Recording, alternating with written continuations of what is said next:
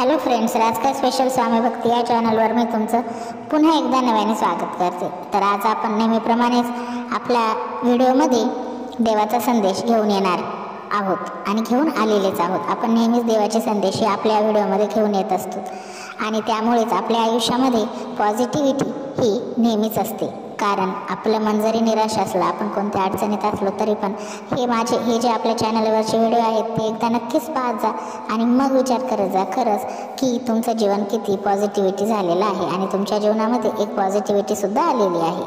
तर मित्रांनो, आजही तसंच चिंता करत रडत असं काही बसायचं नाही आपल्याला। तर आजही आपल्याला एक छान अशी व्हिडिओ म्हणा किंवा हे छान अशी एक कथाच पाहायची आहे आणि या कथेमुळेच तुम्हाला तुमच्या घरामध्ये खूप काही नवनवीन घटना घडताना दिसतील, म्हणजे छानच घटना घडताना दिसतील आणि तुमच्या आयुष्यामध्ये सुद्धा पॉझिटिव्हिटी नक्कीच येईल। तर एका प्रकारे तुम्ही उपाशी राहिलात ना तरी पण चालेल, पण ही जी कथा आहे ना ती तुम्ही शेवटपर्यंत नक्कीच ऐका। कारण ही कथा जर तुम्ही ऐकली तर तुमच्या आयुष्यातले दुःख जे आहे ना त्याचा पूर्ण नायनाट होईल। चला तर मग नेहमीप्रमाणेच आजही आपण आपल्या व्हिडिओला सुरुवात करूया। स्वामी समर्थ। हे माता लक्ष्मी, जो कोणी ही कथा अत्यंत श्रद्धेने आणि मनापासून श्रवण करेल त्यांच्या जीवनात कधीही त्यांना काहीही कमी पडू देऊ नकोस आणि त्यांच्या भाग्यात तू चमत्कार कर। वृद्ध गिधाडाची ही पौराणिक कथा फक्त ऐकल्याने तुमची कितीही मोठ्यातील मोठ्या संकटातून सुटका नाही झाली तर मग बघा, कारण ही कथा सर्व संकटे तर दूर करतेस, पण गरिबी, कर्ज, रोग, भीती, डिप्रेशन सर्व काही जाळून खाक करते। ही कथा ऐकणाऱ्या प्रत्येक व्यक्तीच्या भाग्यात भाग्योदय झाल्याशिवाय राहत नाही।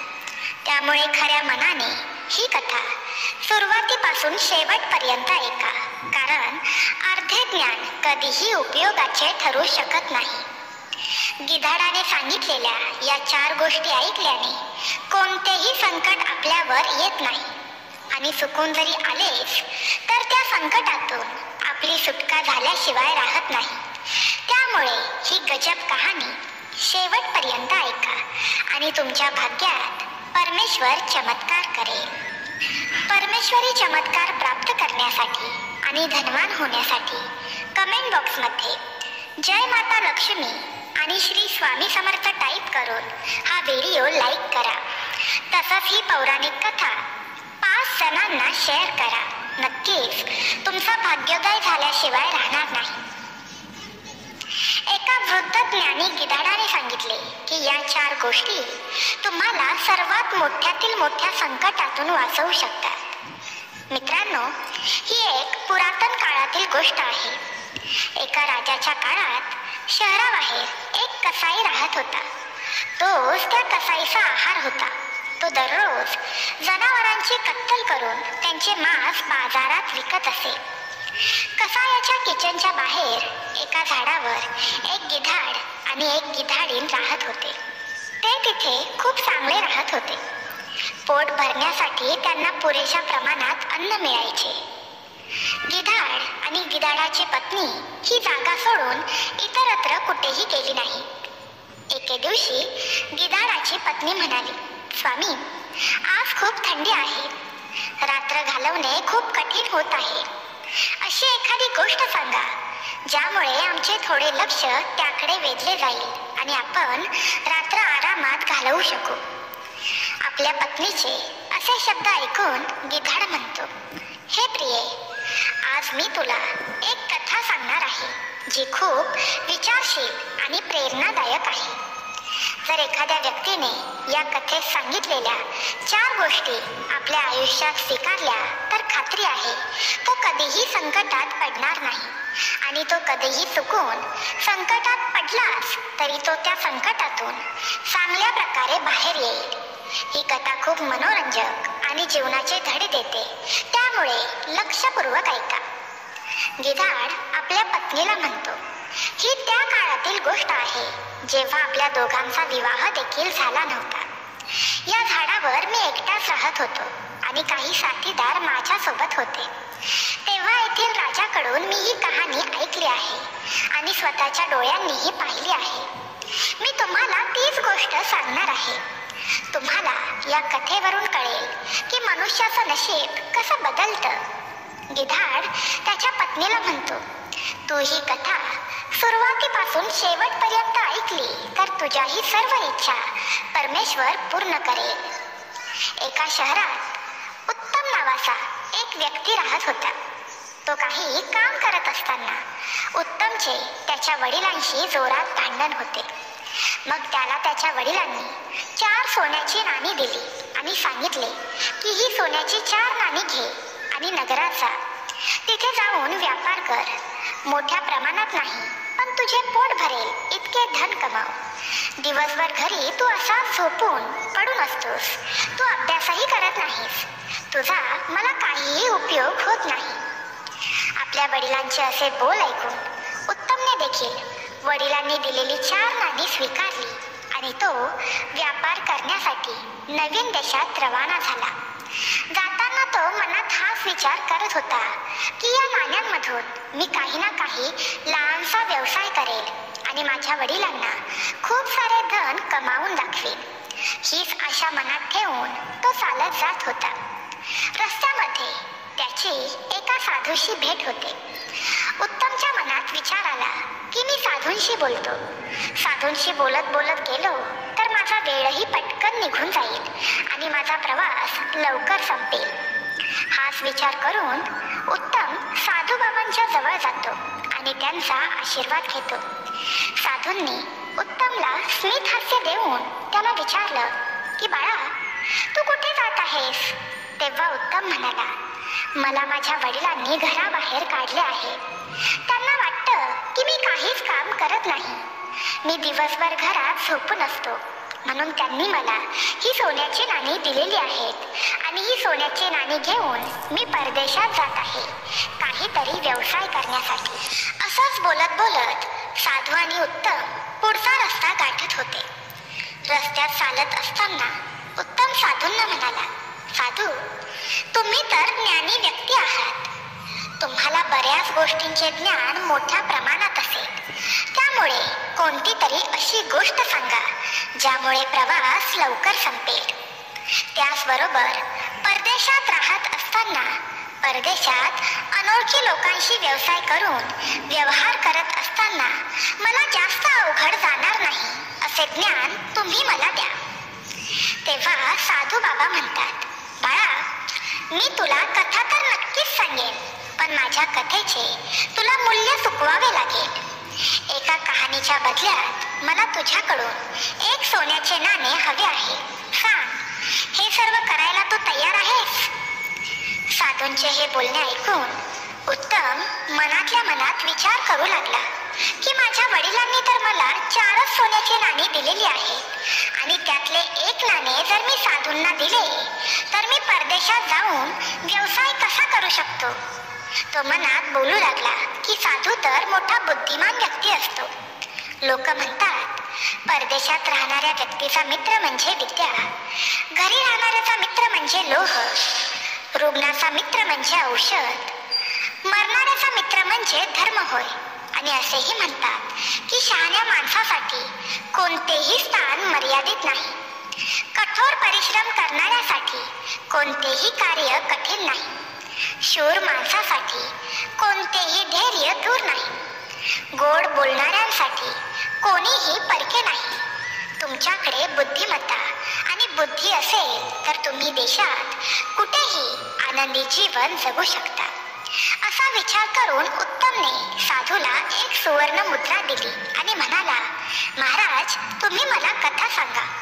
मी तुमच्या कथेची मूळ रक्कम द्यायला तयार आहे. गिधाड म्हणाले, हे प्रिये.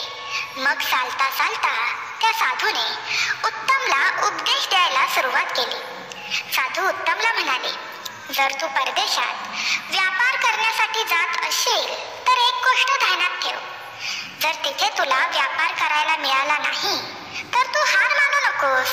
तू काही ना काही काम हाती घे आणि ते करत राहा. हा परदेशात राहणाऱ्यांसाठी अनमोल मंत्र आहे. रिकामं बसून परदेशात राहिल्यावर आपल्या खिशातून पैसे जातात. त्यामुळे उपयुक्त हेच ठरेल. भले कमी पैसे भेटतील, पण त्यातून तुझा घर खर्च चालेल. किमान तू तुझ्या स्वतःच्या गरजा तरी भागवू शकशील. यामुळे तुला कामाचा अनुभव देखील येईल आणि तुझा वेळ देखील निघून जाईल. यावर उत्तम म्हणाला, ठीक आहे साधू बाबा, मी नक्कीच तुम्ही दिलेल्या या उपदेशाचे परदेशात जाऊन पालन करीन. पण आता तुम्ही मला कहाणी सांगा. महात्मा म्हणाले, बाळा, तुला जर दुसरी गोष्ट ऐकायची असेल तर मला तुला दुसरे सोन्याचे नाणे द्यावे लागेल. मित्रांनो, उत्तमने थोडा विचार करून साधूच्या हातावर सोन्याचे नाणे ठेवले आणि म्हणाला, बाबा, तुम्ही मला गोष्ट सांगा. साधू महाराज म्हणाले, ठीक आहे, आता मी तुला दुसरी गोष्ट सांगतो. मुला, परदेशात राहून कपट, फसवणूक, खोटेपणा करून कधीही दुसऱ्याच्या मालमत्तेची मालकी घेऊ नका. दुसऱ्यांच्या वस्तूला नेहमी ती माती समजून जीवन जगा. तू कधीच विचार खराब करू नकोस. तेव्हा उत्तम म्हणाला, ठीक आहे बाबा, मी असेच करेन. आता तुम्ही पुढे बोला. तेव्हा साधू म्हणाले, बाळा, कहाणी तर संपून गेली. ही कहाणी इतकीच आहे. त्यावर उत्तम म्हणाला, असे कसे असू शकते? तुम्ही तर मला फक्त उपदेश दिले आहेत. फक्त इतक्याच उपदेशांसाठी तुम्ही माझ्याकडून एक सुवर्णमुद्रा घेतली. साधू बोलू लागला की बाळा, ज्ञानाची कोणतीही किंमत नसते. ज्ञान अनमोल असते. जेव्हा मनुष्य विपत्तीमध्ये पडतो तेव्हा तेच ज्ञान त्याला त्या विपत्तीमधून बाहेर काढते. उत्तम साधूंना म्हणाला, ठीक आहे साधू बाबा, उपदेश का होईना, पण ते ऐकायला मी तयार आहे. मी तुम्हाला अजून एक सुवर्ण मुद्रा देतो. तुम्ही मला अजून एक उपदेश द्या. इतकं बोलून उत्तमने एक सुवर्ण मुद्रा साधूंच्या हातावर ठेवली. साधू उत्तमला म्हणाले, बाळा, जर तुला तुझ्या जीवनात कुणाचे रहस्य माहीत पडले तर ते चुकूनही कोणत्या तिसऱ्या व्यक्तीला सांगायचा प्रयत्न करू नकोस. ही खूप अनमोल सीख आहे. साधूच्या या तिसऱ्या उपदेशाला उत्तमने खूप मनाला लावून घेतले आणि तो मनात बोलू लागला, ही शिकवण मी कायम लक्षात ठेवीन. यानंतर उत्तम मनात विचार करू लागला, आता तर माझ्याकडे एकच सुवर्ण मुद्रा उरली आहे. या एका सुवर्ण मुद्रेने मी परदेशात जाऊन व्यापार तर करू शकत नाही. त्यापेक्षा ही एक सुवर्ण मुद्रा साधूंना देऊन साधू बाबांकडून अजून एक उपदेश घेऊन मी माझ्या जीवनात अंमलात आणू शकतो.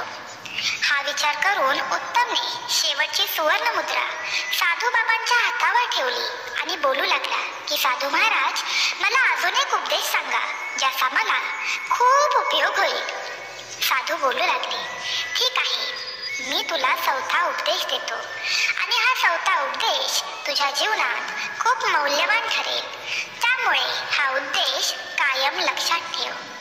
साधू महाराज बोलू लागले की बाळा, जर तुला उद्या कोणी रस्त्यात प्रेमाने बोलावून 2 मिनिटे त्यांच्या बाजूला बसायला सांगितले तर तू तुझे कितीही मोठे किमती काम असो, 2 मिनिटं ते विसरून तू त्या व्यक्तीच्या बाजूला बस. त्या व्यक्तीबरोबर घालवलेली 2 मिनिटे तुझ्या आयुष्यात खूप कामाला येऊ शकतात.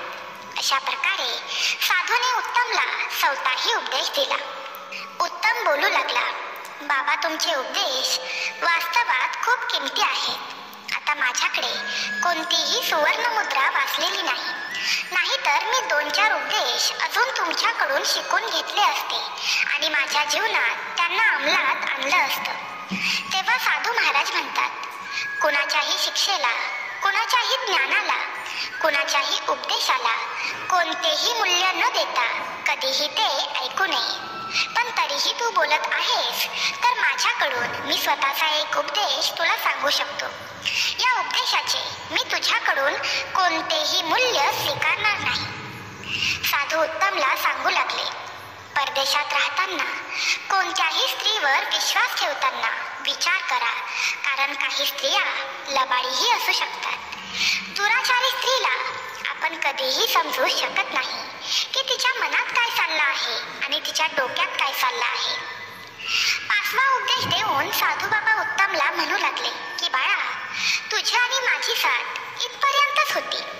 जवळच माझे आश्रम आहे आणि आता मी माझ्या आश्रमात जात आहे. इतकं बोलून साधू आपल्या आश्रमात निघून जातात. मग तिथून उत्तम एकटाच परदेशात जाण्यासाठी चालू लागतो. चालत असताना तो विचार करू लागतो की साधू बाबांनी 5 उपदेश सांगण्यासाठी माझ्याकडून 4 सुवर्ण मुद्रा घेतल्या, पण हे धन घेऊन साधूंना या धनाचा काय उपयोग होणार आहे? साधू संत आहे. केवळ संपत्तीचा त्याग करून ते भिक्षू बनतात.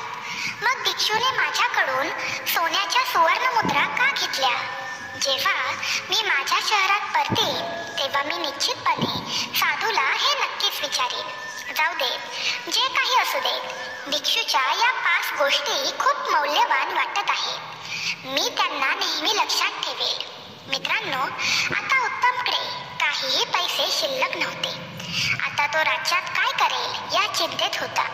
तो काय खाईल, तो आपला व्यवसाय कसा सुरू करेल, या सर्व गोष्टींचा विचार करून तो एका शहरात पोहोचतो. शहरात पोहोचल्यानंतर तो नोकरी शोधू लागतो, कारण काहीही पैसे त्याच्याजवळ नव्हते. त्यामुळे एखाद्याचे काम करेल असे त्याला वाटू लागले, कारण साधू बाबांनी असेही म्हटले होते की त्याने परदेशात रिक्त बसू नये. जे काही काम लहान मोठे मिळेल ते केले पाहिजे. नोकरीच्या शोधात उत्तम इथे तिथे लोकांना विचारत फिरत होता. मग तिथे त्याची भेट एका राजाच्या नोकराशी होते. मग तो राजाच्या सेवकाला भेटतो, जो राजाच्या तबेलांचा एक सेवक होता. त्याचे नाव आनंदपाल होते. तो त्यांच्या घोड्यांची काळजी घेत असे. त्याने पाहिले की एक माणूस नोकरीच्या शोधात फिरत आहे. मग अनंतपालने त्याला बोलवले आणि म्हणाला, भाऊ, तू काम शोधत आहेस? राजा मला सुट्टी देत नाहीये. बरेच दिवस माझी आई घरी खूप आजारी आहे. मी माझ्या आईला भेटायला जाऊ शकत नाही. राजाने मला सांगितले आहे की आपण एका स्थितीत घरी जाऊ शकता. जर आपण एखाद्याला आपल्या जागी ठेवले तर आपण तुमच्या घरी जा. आता तुम्ही एक गोष्ट करा, भाऊ, तू माझ्या जागी एका महिन्यासाठी काम कर आणि आपल्याला जो पगार मिळेल तो तुम्हाला ठेवा. जेव्हा मी माझ्या आईला पाहिल्यानंतर परत येईन तेव्हा तुम्ही दुसरे काम शोधा. आनंदपालची चर्चा ऐकून उत्तमला असा विचार आला की येथे काम करणे चांगले आहे आणि इथे मी एका महिन्यासाठी त्याच्या जागी काम केले पाहिजे. त्यानंतर माझ्याकडेही काही पैसे असतील. मी शहरात नवीन आलो आहे. एका महिन्यात मी इथल्या लोकांना देखील समजेल. याचा विचार करून उत्तम त्या व्यक्तीच्या ठिकाणी काम करण्यास तयार झाला. आनंदपाल उत्तमसह राजमहालात गेले. मित्रांनो, राजा चक्रदत्त हा एक अतिशय हुशार आणि नामांकित राजा होता. त्याला एक मुलगी चंद्रप्रभा होती. चंद्रप्रभा खूपच सुंदर होती आणि नुकतंच तिने तारुण्याच्या पहिल्या टप्प्यावर पाऊल टाकले होते. राजाला आपल्या मुलीवरही खूप प्रेम होते, कारण चंद्रप्रभा ही त्याची एकुलती एक मुलगी होती. मित्रांनो, राजाला घोड्यावरून सवारी करणं खूप आवडत असे. त्याच्याकडे हजारोपेक्षा जास्त घोडे पाळण्यासाठी होते. राजाने अनेक नोकरांना त्या घोड्यांची काळजी घेण्यासाठी ठेवले होते. त्यातील एक म्हणजे आनंदपाल. प्रत्येक नोकराच्या हिस्स्यांमध्ये 10-10 घोडे होते. राजा त्यांना खायला देण्यासाठी त्यांना समान रेशन आणि गवत देत असत. उत्तमसह आनंदपाल राजाकडे पोहोचला आणि हात जोडून राजाला बोलू लागला, महाराज, मी काही दिवस माझ्या आजारी आईला भेटण्यासाठी गावी जात आहे. मी परत येईपर्यंत ही व्यक्ती माझ्या जागी काम करेल.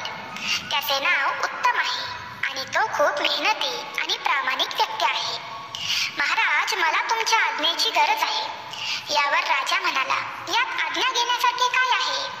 जर तुमचा या उत्तम नावाच्या व्यक्तीवर विश्वास असेल तर तुमचे काम त्याला समजावून सांगा आणि तुम्ही तुमच्या आईला भेटण्यासाठी निघून जा. परंतु लक्षात ठेवा की आपल्या घोड्याच्या देखरेखीखाली कोणतेही दुर्लक्ष होता कामा नये. जर आपल्या घोड्यांच्या देखरेखीखाली काही दुर्लक्ष झाले तर त्याचा दंड तुम्हाला भरावा लागेल. याची मी तुम्हाला शिक्षा देईन. आनंदपाल म्हणाले, ठीक आहे महाराज, तुम्हाला तक्रार करण्याची संधी मिळणार नाही. मी सर्व काम चांगल्या प्रकारे यांना स्पष्ट करेन. अशा प्रकारे आनंदपाल राजाची परवानगी घेतो आणि उत्तमला घेऊन घोड्यांच्या तबेल्यामध्ये जातो. जेव्हा तो तिथे गेला तेव्हा हजारो घोडे कैदी होते. आनंदपाल यांनी उत्तमला चांगल्या प्रकारे त्यांचे काम समजावून सांगितले. राजाने माझ्या हिस्स्यामध्ये 10 घोडे दिले आहेत. आपल्याला 10 घोड्यांची काळजी घ्यावी लागेल, त्यांना खायला द्यावे लागेल आणि त्यांना मालिश करावी लागेल. उत्तम म्हणाले, ठीक आहे, मी हे काम मोठ्या प्रामाणिकपणे आणि पूर्ण निष्ठेने करीन. यानंतर आनंदपालने आपली खोली त्याला दाखवली आणि सांगितले की आजपासून तू या खोलीत राहू शकतोस. अशा प्रकारे आनंदपाल उत्तमवर आपली जबाबदारी सोपवून त्याच्या आईला भेटण्यासाठी त्याच्या गावी निघून जातो. इथे घोड्यांच्या काळजीसाठी उत्तम त्याच्या कामात गुंतला जातो. तो दररोज घोड्यांची मालिश करत असे, त्यांना आंघोळ घालून धुवत असे. त्यानंतर तो त्यांना धान्य खायला घालत असे. मित्रांनो, घोड्यांना खायला देण्यासाठी राजाकडून प्रत्येक नोकरांना 20 किलोग्राम चणे देण्यात येत असत. उत्तमने त्या हरभऱ्यांना एका बंडलमध्ये बांधले आणि त्यांना पाण्यात भिजवून त्यांना दळले आणि ते त्या घोड्यांना खायला लावले. जेव्हा तो आपल्या कामातून मुक्त होत होता तेव्हा त्याने विचार केला की उर्वरित नोकरांबरोबर बसून काही संभाषण आयोजित केले जावे. असा विचार करून उत्तम राजाच्या इतर घोड्यांची काळजी घेत असलेल्या नोकरांकडे गेला. त्याने पाहिले की सर्व नोकर एकत्र जमले होते आणि एका खोलीत बसून मद्यपान करीत होते आणि त्यांचे घोडे अजूनही उपाशीच होते. उत्तमने त्यांना विचारले, अहो भाऊ, तुम्ही अद्याप आपल्या घोड्यांना गवत घातलं नाही आणि तुम्ही मद्यपान करण्यास सुरुवात केली आहे. त्यावर हे सर्व नोकर म्हणाले, अहो भाऊ, आम्ही आमचे पूर्ण काम केल्याशिवाय मादक पदार्थांचे व्यसन कधीच करत नाही. आम्ही सर्वजण आमच्या घोड्यांना खायला घालून दारू प्यायला बसलो आहोत. उत्तमने पाहिले की राजाच्या ठिकाणाहून घोड्यांसाठी दिलेले हरभरे अजूनही त्या नोकरांबरोबर ठेवण्यात आला आहे.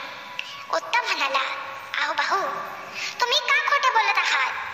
आपल्याकडे अद्याप खूप हरभरे पडून आहेत आणि आपण म्हणत आहात आम्ही घोड्यांना खायला घालून दारू नशा करत आहोत. तेव्हा ते लोक म्हणाले, आम्ही घोड्यांना गवत चारा टाकून बसलो आहोत. आमच्याजवळ तुम्हाला जे चणे दिसत आहेत ते घोड्यांच्या खाण्याचे नाही आहेत. आम्ही हे चणे बाजारात विकून आमच्या दारूची सोय करतो. मग उत्तमने विचारले, तुम्ही हे सर्व करून मग घोड्यांना काय खायला देता? तेव्हा ते नोकर म्हणू लागले, राजा प्रत्येक घोड्याला 20 किलो चणे देतो.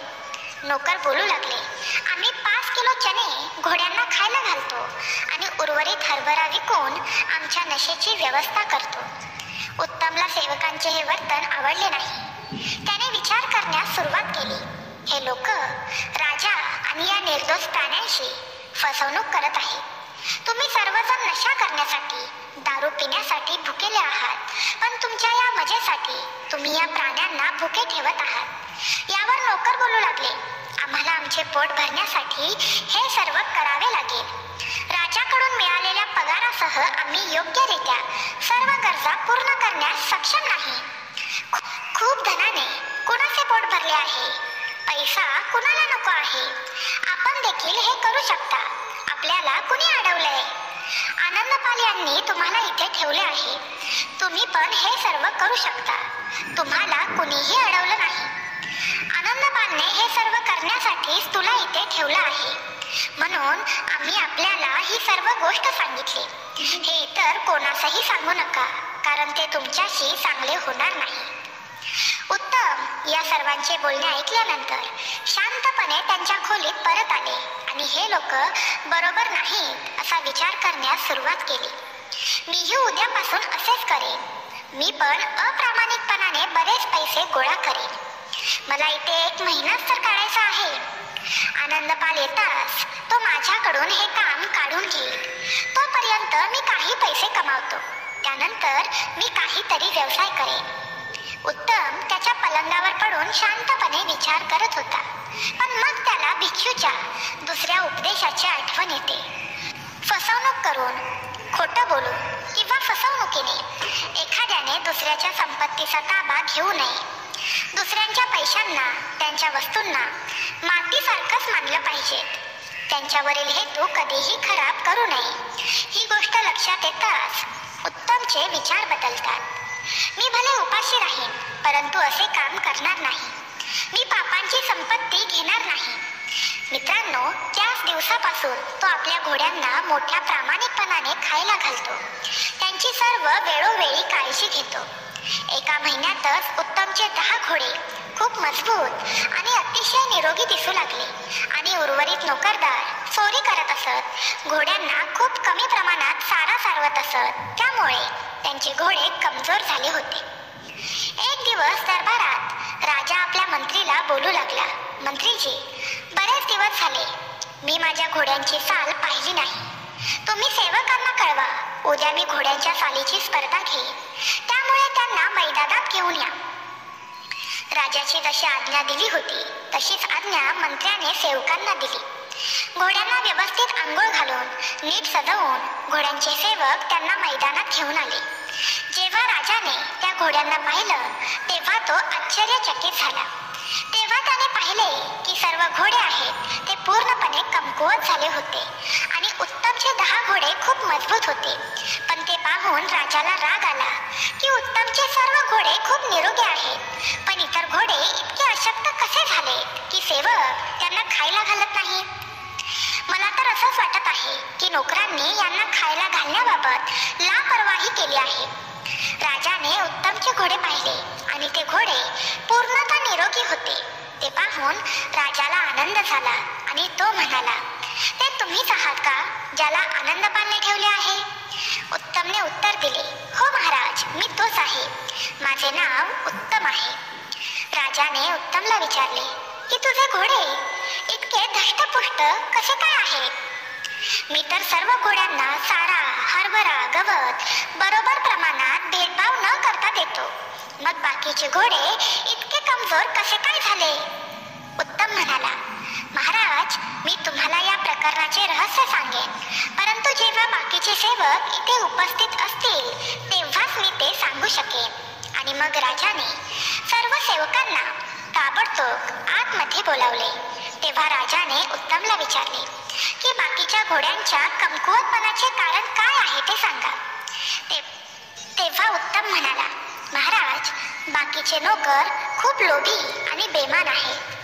दररोज सर्वांना 20 किलो हरभरा दिला जातो, पण ही लोक फक्त 5 किलो हरभरा त्या घोड्यांना देतात आणि उर्वरित 5 किलो हरभरा बाजारात विकतात आणि दारू पितात. घोड्यांना पुरेसं धान्य न मिळाल्याने सर्व घोडे कमकुवत झाले आहेत. मी माझ्या घोड्यांना खूप प्रामाणिकपणे सर्व काही दिले आहे, त्यामुळे माझे घोडे स्वस्त आहेत. हे ऐकताच राजा संतप्त होऊन बाकीच्या नोकरांना म्हणाला, मी तुम्हाला घोड्यांचे अन्न खाण्याची परवानगी कधी दिली होती? तुम्ही मी दिलेला पगारही खात आहात आणि माझ्या घोड्यांचं अन्नही खात आहात. तुम्हाला लाज वाटली पाहिजे. सर्व नोकर मान खाली घालून शांतपणे उभे राहिले आणि भीतीने थरथर कापू लागले. ते म्हणू लागले की महाराज, आम्हाला माफ करा. आम्ही खूप मोठी चूक केली आहे. आता आम्ही ते पुन्हा करणार नाही. राजा म्हणाला, नाही, मी आता तलवारीने तुमची मान सोडवून टाकतो. तुम्ही आमची फसवणूक केली. राजाला अत्यंत रागाने पाहून उत्तम म्हणू लागला, महाराज, यावेळी तुम्ही यांना क्षमा करा. मला आशा आहे की ते पुन्हा चुका करणार नाही. उत्तमच्या सांगण्यावरून राजाने त्यांना सोडून दिले. भक्तांनो, उत्तमचा प्रामाणिकपणा पाहून राजाने उत्तमचे कौतुक केले आणि त्याला तबेलादारांचे मुख्य निरीक्षक म्हणून नेमले आणि सांगितले की आजपासून आपले काम इतकेच आहे की आपण या सर्वांवर लक्ष ठेवावे. जर कोणी घोड्याचे धान्य चोरले तर त्याची बातमी लगेचच आम्हाला येऊन सांगावी. आम्ही या कामासाठी तुम्हाला दर महिना आपल्याला 10,000 रुपये देऊ. राजाने कठोर सूचना दिल्या आणि सर्व नोकरांना सोडून दिले आणि उत्तम लक्ष ठेवण्यासाठी नियुक्त झाला. राजाने त्याच्या बोटात हिऱ्याची अंगठी घातली होती. ती त्याने बक्षिसाच्या रूपात उत्तमच्या हातात दिली आणि म्हणाले की जेव्हा जेव्हा तुम्ही मला भेटू इच्छित असाल तेव्हा तेव्हा आपण ही अंगठी दर्शवून कधीही आम्हाला भेटू शकता. तबेल्यात पोहोचल्यानंतर उत्तमने सर्व नोकरांना स्पष्ट केले, यावेळी मी तुम्हाला वाचवले. जर तुमची चूक पुन्हा पकडली गेली तर राजासाहेब तुम्हाला आयुष्यभर तुरुंगात ठेवेल, म्हणून तुमचे काम प्रामाणिकपणे करा. मित्रांनो, मग त्या दिवसापासून सर्व नोकर प्रामाणिकपणे घोड्यांना खायला घालू लागतात. त्यांनी कधीही अप्रामाणिकपणा केला नाही. सर्व घोडे पुन्हा निरोगी झाले. 1 महिना निघून गेला होता. दुसरीकडे आनंदपाल आपल्या आईला भेटतो आणि आपल्या नोकरीकडे परत येतो. आनंदपाल घोड्यांच्या तबेल्यापर्यंत पोहोचताच सर्व नोकरांनी त्याला वेढले आणि उत्तमच्या हस्तकला आनंदपालला सांगितल्या आणि म्हणाले की आपल्या चोरीच्या बातम्या उत्तमने राजाला पकडून दिल्या आणि राजाने त्याला घोड्यांचे मुख्य निरीक्षक बनवले.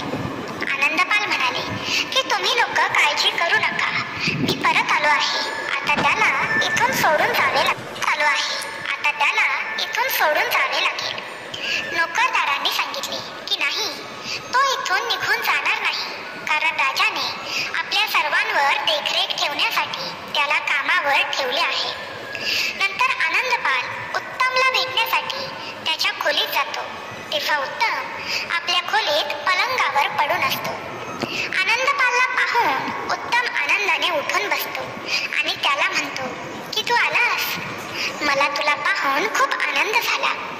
आनंदपाल उत्तम जवळ बसतो आणि मग उत्तम घडलेल्या सर्व घटना आनंदपालाला सांगू लागतो. तेव्हा आनंदपाल म्हणतो, तू सांगण्यापूर्वीच मला या गोष्टी माहीत पडल्या आहेत.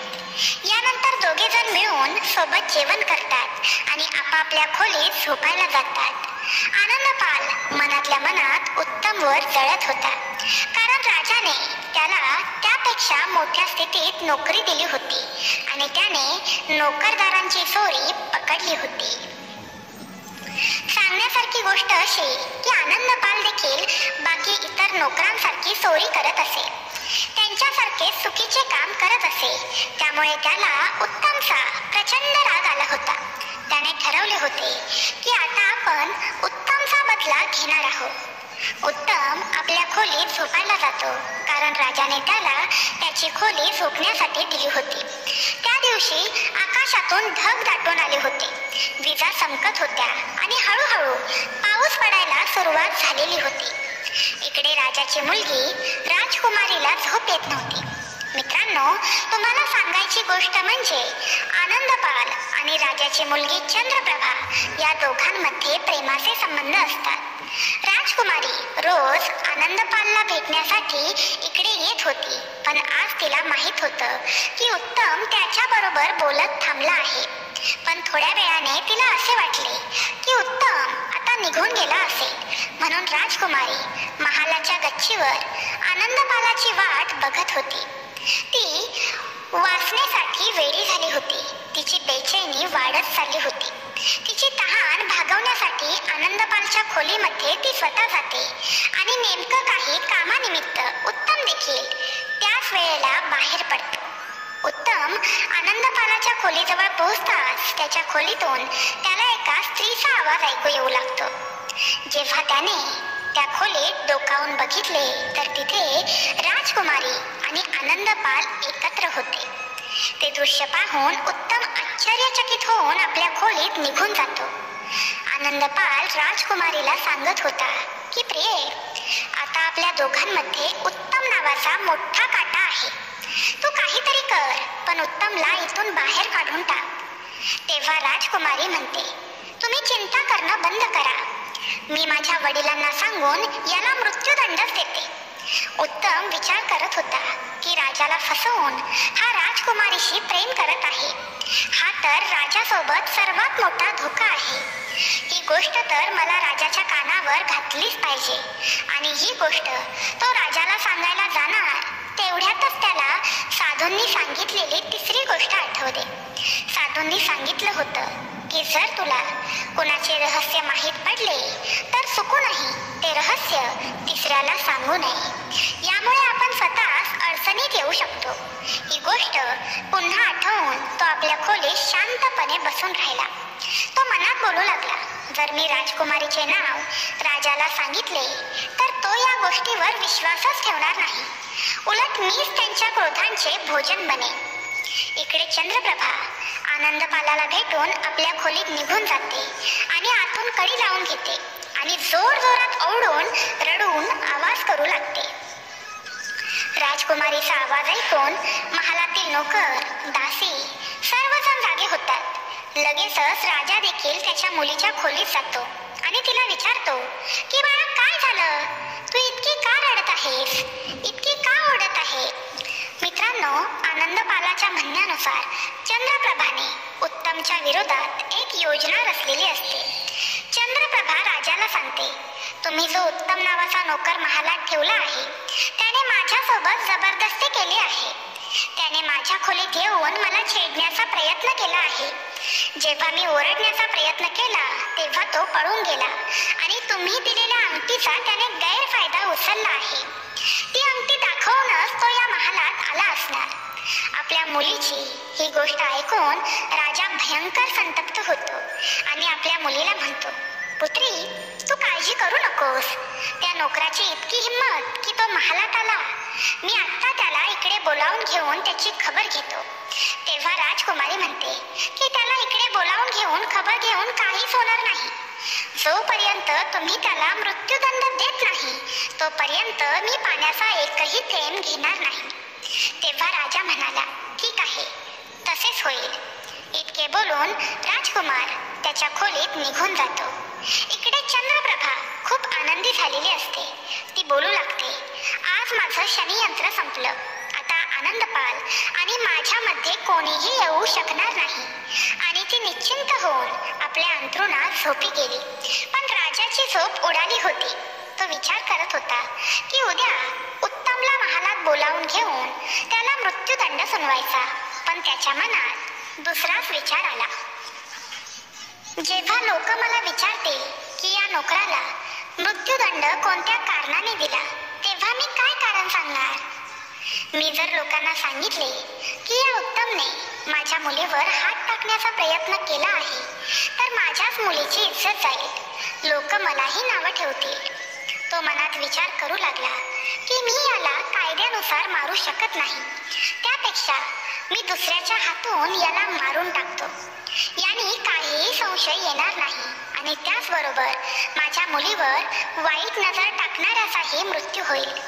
मग तो विचार करतो की या उत्तमला कसाईच्या हातूनच मी मारून टाकू शकतो.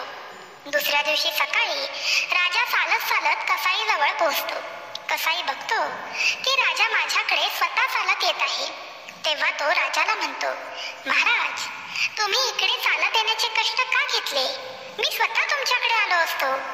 तेव्हा राजा म्हणाला, मला तुमच्याकडून काहीतरी महत्त्वाचे काम करून घ्यायचे आहे. तेव्हा राजा त्याला सांगतो की मी तुमच्या जवळ एक माणूस पाठवेन. तुम्हाला त्याचे डोके कापून टाकायचे आहे. त्यानंतर मी तुम्हाला दुसरा माणूस पाठवेन. त्याच्याकडे तुम्हाला त्याचे डोके द्यायचे आहे. हे सर्व ऐकून तो कसाई पूर्णपणे स्तब्ध झाला होता. तेव्हा राजा कसाईला म्हणाला, तुला हे काम करावेच लागेल, नाहीतर मी तुला कोठडीत टाकून देईन. थोड्याच वेळात मी त्या माणसाला तुझ्याकडे पाठवेन.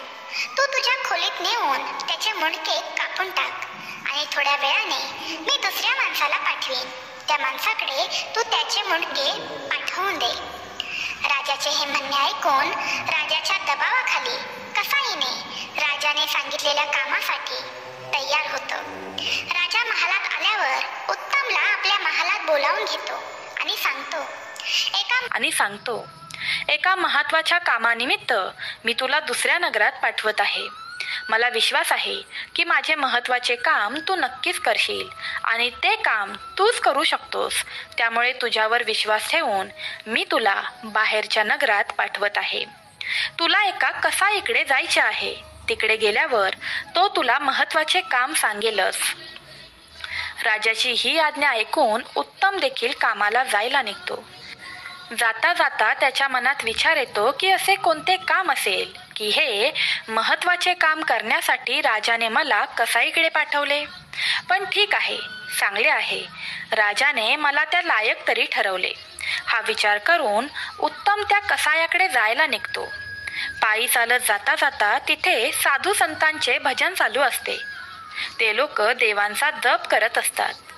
एक साधू उत्तमला आपल्या डोळ्यांच्या इशाऱ्यांनी त्याच्याकडे बोलावून घेतो. पण उत्तमने राजाने सांगितलेल्या कामाला जास्त महत्त्व देऊन त्यांच्याकडे दुर्लक्ष करून पुढे जायचे ठरवले. पण अचानक त्याला साधूने सांगितलेल्या 4थ्या उपदेशाची आठवण येते.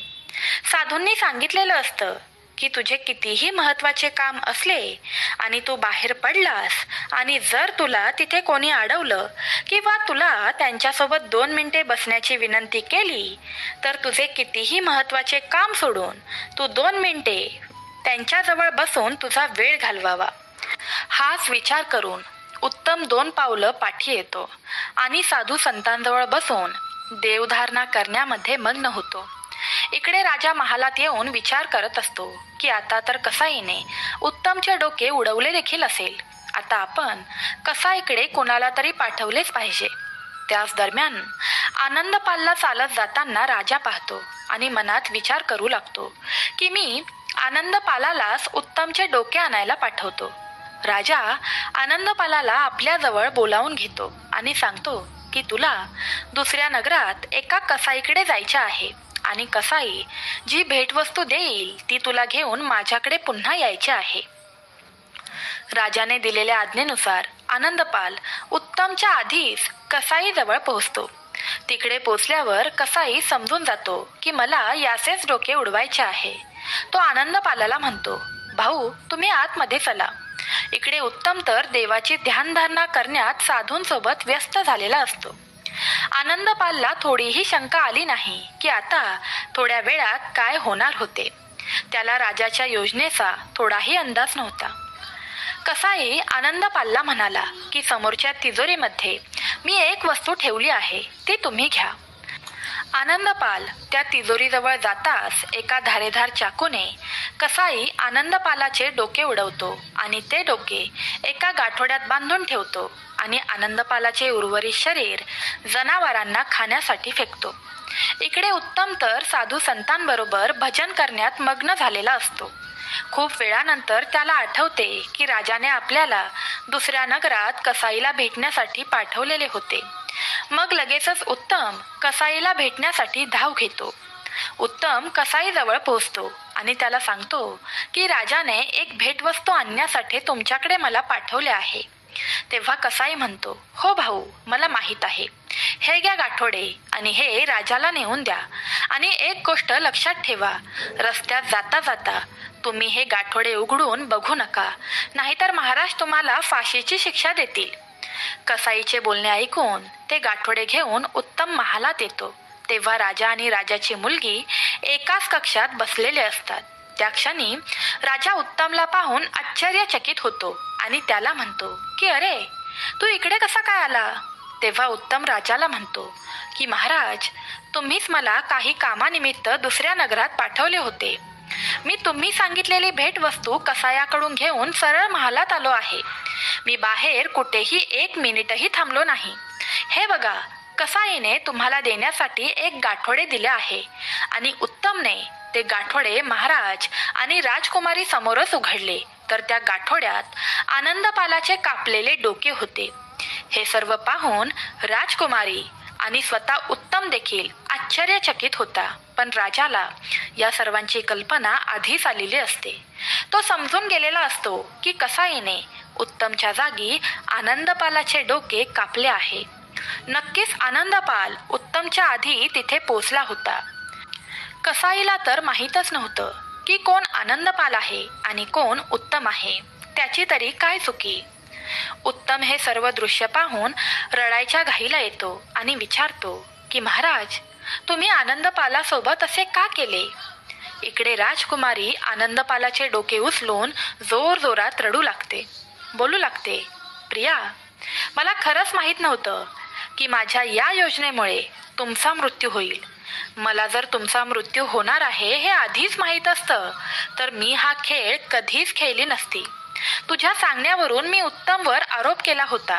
तुझ्या सांगण्यावरून मी उत्तमला मारण्याची योजना केली होती, पण उत्तम दीर्घायुष्य आहे, तो या सर्वातून वाचला.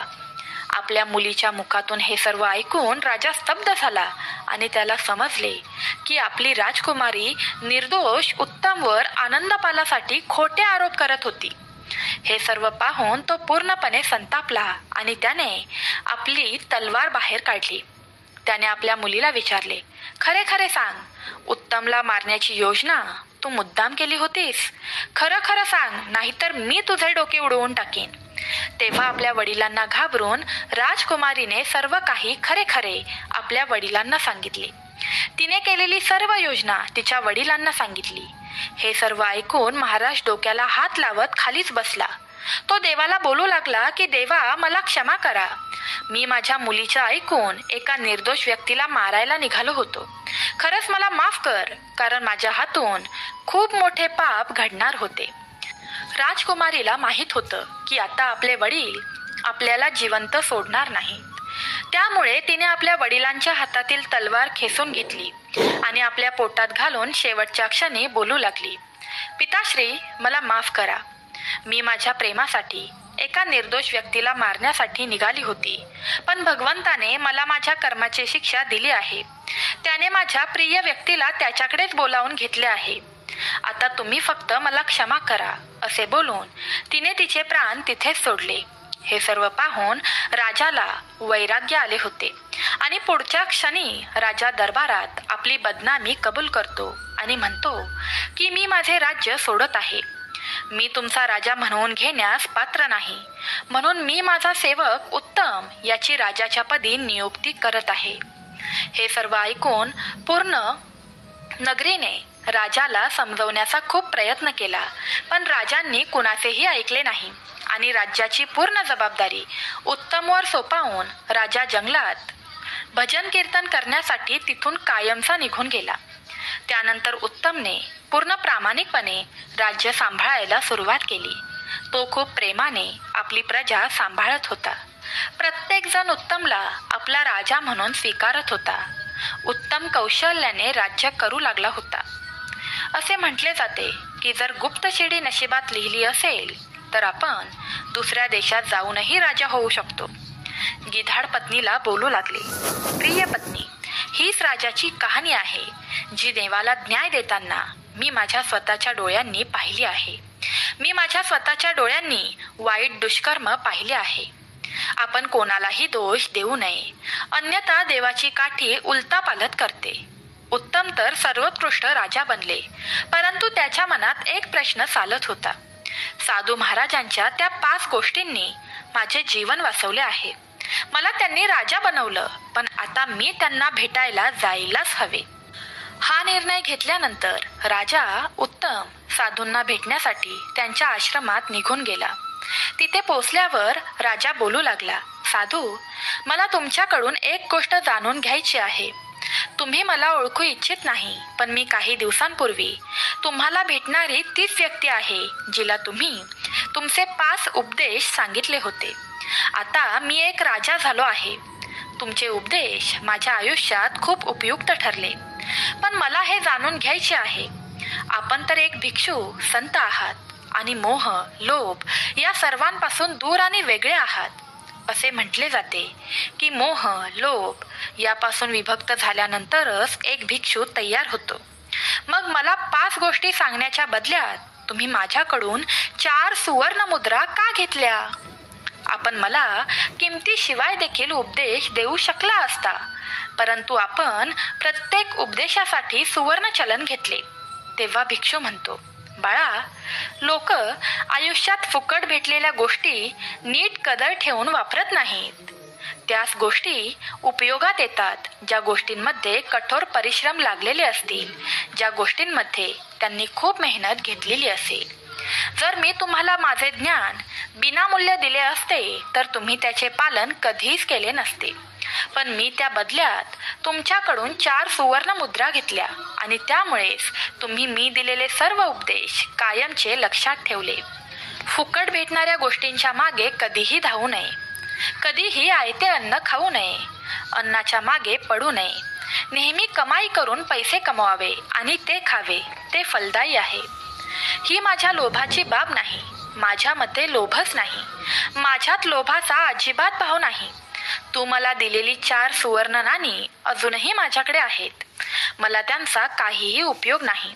आपण इच्छित असल्यास आपण त्यांना आत्ता घेऊन जाऊ शकता आणि तुम्ही त्या गरिबांमध्ये वाटून देऊ शकता आणि कारभार आता सुरळीत चालवा.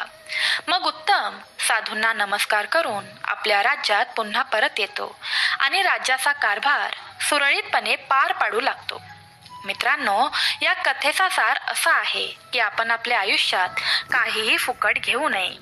दुसरे म्हणजे आपण कोणाचीही फसवणूक करू नये. तिसरे म्हणजे प्रवचन ऐकून कोणीही दिलेले जीवन विसरता कामा नये. ते जीवनात अंगीकारले पाहिजे. चौथे म्हणजे कोणत्याही परस्त्रीवर किंवा फसवणाऱ्या स्त्रीवर आधीच आपण तिला ओळखले पाहिजे. तिच्यावर कधीही ठामपणे विश्वास नाही ठेवला पाहिजे. वेळोवेळी आपल्याला आत्मसात असलेले ज्ञान आपल्याला वापरता आले पाहिजे. भक्तांनो, मला आशा आहे की तुम्हाला आजच्या कथेतून काही ना काही नक्कीच शिकायला भेटले असेल. तर मित्रांनो, तुम्हाला हा व्हिडिओ कसा वाटला ते मला कमेंट बॉक्समध्ये नक्की सांगा आणि व्हिडिओ आवडला असेल तर लाईक करा, शेअर करा. आणि नवीन असाल तर लाईक करा, शेअर करा आणि माझ्या चॅनलला सबस्क्राईब करा. आणि हो, बेल आयकन प्रेस करायला विसरू नका, म्हणजेच तुम्हाला व्हिडिओ आल्या लगेच नोटिफिकेशन येईल आणि लगेच तुम्हाला माझा व्हिडिओ पाहता येईल. तर मित्रांनो, भेटूया उद्याच्या व्हिडिओमध्ये असाच एक नवीन व्हिडिओ आणि नवीन विषय घेऊन. तोपर्यंत बाय बाय. श्री स्वामी समर्थ.